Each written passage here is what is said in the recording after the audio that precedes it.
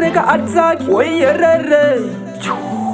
Une makore mangani we yakana kuviga kakati ndine 15. Rudondi sungisa ne polisi yanti unazisiva kuti uri under 18.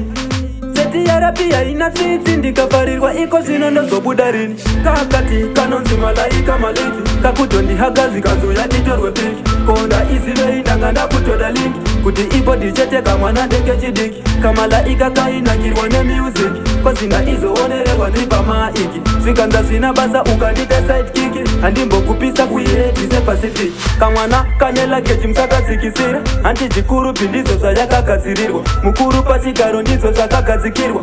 Kure nako ndiko kwandanga ndakutambira. Kakatanga kundiitira matirikisi mwedzi yekudanana yanga yakwana 6. Kamwana kevanhu kutsuka senge tomatisi zvakatora nguva kachipresa hardkick. Kaive kaka nakaka mwana asi sekudanana ndakati kanganwa. Zvikanzi muri kuti chi pamwana faya uchatondiroro chazvigona. Malaika chinai kutsuka kudai kwamafuta auri kuzora ari kubva pai. Zvikanzi ndine nhumbu yako wakutipa nai.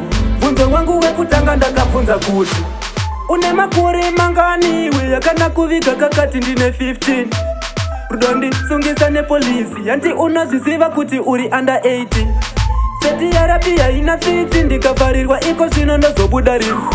Wakuda ndigare mukati kundiraramisa life iya yechibhanditi. Kakati kanonzi malaika maliki kakutondi hagazi kanzu yatitorwe piki. Konda isive indanga ndakutoda linki kuti ibodi cheteka mwana ndenge chidiki. Kamalaika kainakirwa ne music kozina izoonererwa ndipa maiki. Zvikanza zvina basa ukandita sidekick handimbo kupisa kuiredise Pacific. Kamwana kane luggage musakadzikisira hanti chikuru pindizo zvayakagadzirirwa. Mukuru pachigaro ndidzo zvakagadzikirwa.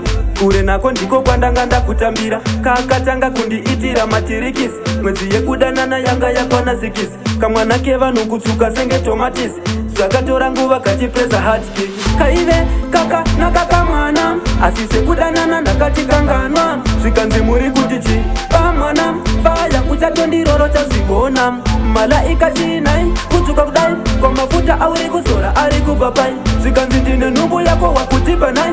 Bvunzo wangu wekutanga ndakabvunza kuti une makore mangani we yakana kuviga kakati ndine 15. Rudondi sungisa ne polisi yanti unazisiva kuti uri under 18. Seti ya rapia ina tsitsi ndikafarirwa iko zvino ndozobuda rini.